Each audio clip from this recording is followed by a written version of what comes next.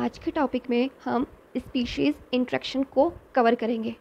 ठीक है, अब स्पीशीज़ इंटरेक्शन ये क्या होता है?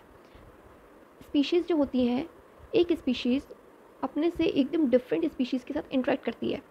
एक स्पीशीज़ जो काफ़ी अपने से डिफरेंट स्पीशीज़ के साथ इंटरेक्ट करेगी। क्यों? या तो वो फूड के लिए करेगी, मतलब किसी न किसी तरह के रिसोर्सेज के लिए, या फिर प्रोटेक्शन के लिए करेंगी, या फिर ट्रांसपोर्टेशन के लिए, ट्रैवलिंग के लिए करेंगी। ठीक है, इस वजह से वो बहुत सारे तरीक़ों के इंटरेक्शंस शो करती हैं। या तो वो ट्रैवल के लिए भी कर सकती हैं, या फिर वो फूड के लिए भी कर सकती हैं। ठीक है, इसमें से पहला आता है म्यूचुअलिज्म। म्यूचुअलिज्म ये एक तरीके का पॉजिटिव इंटरेक्शन है। पॉजिटिव इंटरेक्शन मतलब कि एक स्पीशीज़ दूसरी स्पीशीज़ को बेनिफिट देगी, तो वो दूसरी वाली स्पीशीज़ भी पहली वाली को बेनिफिट देगी। मतलब कि अगर मान लीजिए एक स्पीशीज़ है ए और एक स्पीशीज़ है बी, ये ऐसा इंटरेक्शन होता है कि ए स्पीशीज़ बी को बेनिफिट देती है। तो स्पीशीज़ बी भी स्पीशीज़ ए को बेनिफिट देगी। दोनों हैप्पी। ए भी बी को बेनिफिट देगी और बी भी ए को बेनिफिट देगी।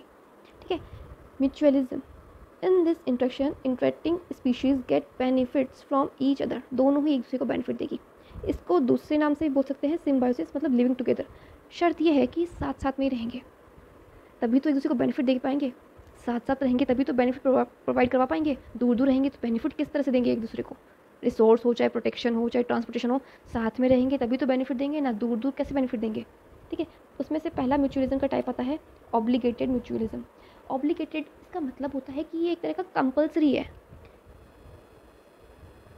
कंपल्सरी मतलब कि दोनों इंटरेक्टिव स्पीशीज़ को साथ में होना बहुत ही कंपल्सरी है। अगर ये एक दूसरे से अलग अलग हैं तो ये बिल्कुल भी बेनिफिट नहीं दे पाएंगे, 1% भी नहीं दे पाएंगे।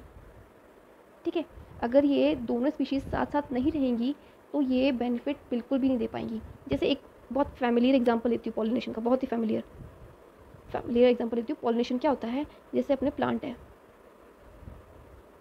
ये मान लीजिए फ्लावर है, बी आती है, यहाँ आके क्या करती है? बी फ्लावर पे जाएगी, फ्लावर का जो नेक्टर होता है वो ऑब्जॉर्व करेगी और उससे शहद बनाएगी, उससे हनी बनाएगी। बदले में प्लांट को क्या फ़ायदा हुआ? कि इसके जो पॉलन ग्रेन्स थे, जो यहाँ पे पॉलन ग्रेन्स थे, वो बी के लेग्स पे या फिर किसी भी बॉडी पार्ट पे, माउथ पे, किसी भी बॉडी पार्ट पे अटैच हो जाते हैं। और ये बी जहाँ जहाँ जाएगी, जिन जिन प्लांट्स पे जाएगी, उन पे इसके पॉलन ग्रेन्स आ जाएंगे और पॉलिनेशन की प्रोसेस हो जाएगी। ठीक है, अगर ऐसा ना हो, बी यहाँ से नेक्टर ही ऑब्जॉर्व ना करे, तो ना तो बी शहद बना पाएगी और ना ही इस प्लांट के पॉलन ग्रेन्स का ट्रांसपोर्टेशन होगा। ठीक है, ओके, ना ही जर्मिनेशन होगा कहीं। ठीक है, तो ज़रूरी है, ये ज़रूरी है। अगर बी को हटा देंगे तो प्लांट अकेला कितना पॉलिनेशन कर लेगा? ठीक है, और अगर प्लांट्स को हटा दें तो बी कहाँ से नेक्टर्स लेगी? ठीक है, तो ज़रूरी है, इन दोनों को एक दूसरे की ज़रूरत है। एक और एग्जांपल ले लेती हूँ, नाइट्रोजन फिक्सेशन। मतलब कि सॉइल में कुछ ऐसे बैक्टीरियाज़ होते हैं जो एटमॉस्फेयर की नाइट्रोजन को इस अकॉर्डिंग कन्वर्ट करते हैं कि वो प्लांट्स के यूज़ में आ जाए। एटमॉस्फेयर की नाइट्रोजन को इस अकॉर्डिंग कन्वर्ट करते हैं कि वो प्लांट्स के यूज़ में आए। सोचिए कि अगर मैं उन सॉइल में से वो बैक्टीरिया ही हटा दूँ, चलो मैंने वो बैक्टीरिया हटा दे, तो नाइट्रोजन फिक्स करके कौन देगा प्लांट को?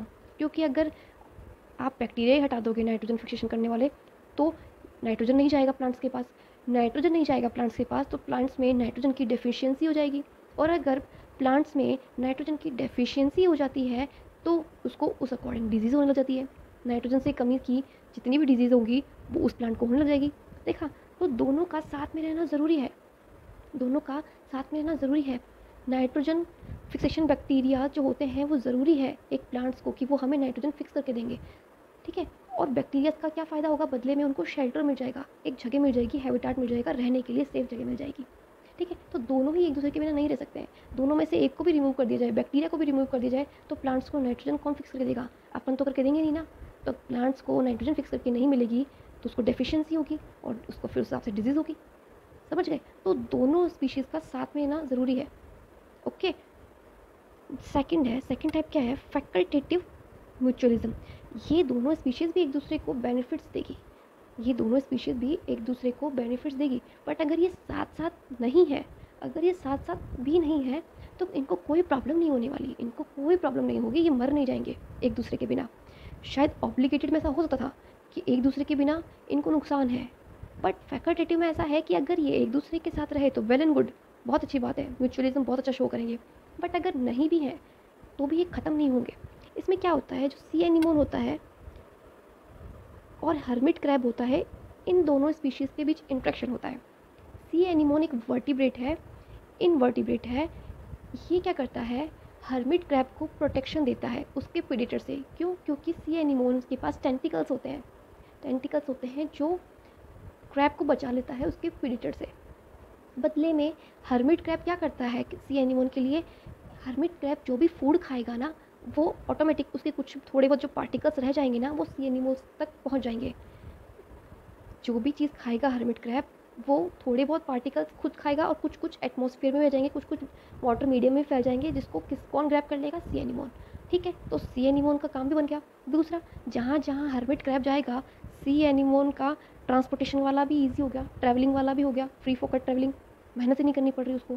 ठीक है, जहाँ जहाँ किंग क्रैब जाएगा वहाँ हर्मिट क्रैब जाएगा वहाँ सी एनिमोन भी उसके साथ साथ ट्रैवलिंग का मजा लेगा बिना टिकट के। ठीक है, तो सी एनिमोन हर्मिट क्रैब को क्या दे रहा है, प्रोटेक्शन, बदले में हर्मिट क्रैब सी एनिमोन को क्या दे रहा है, फूड या ट्रांसपोर्टेशन। अब दोनों को अलग भी कर दिया जाए तो ये मर नहीं जाएंगे। अगर सी एनिमोन को हर्मिट क्रैब से अलग कर दिया जाए तो ये दोनों मरेंगे नहीं। ठीक है, लेकिन अगर साथ साथ होंगे तो ये दोनों स्पीशीज़ एक दूसरे को बेनिफिट ज़रूर देगी। ठीक है, तो ये था आज का टॉपिक, स्पीशीज़ इंट्रैक्शन के पहला टाइप कौन सा था, म्यूचुअलिज्म का। बाकी आगे के टॉपिक हम नेक्स्ट वीडियो में कवर करेंगे।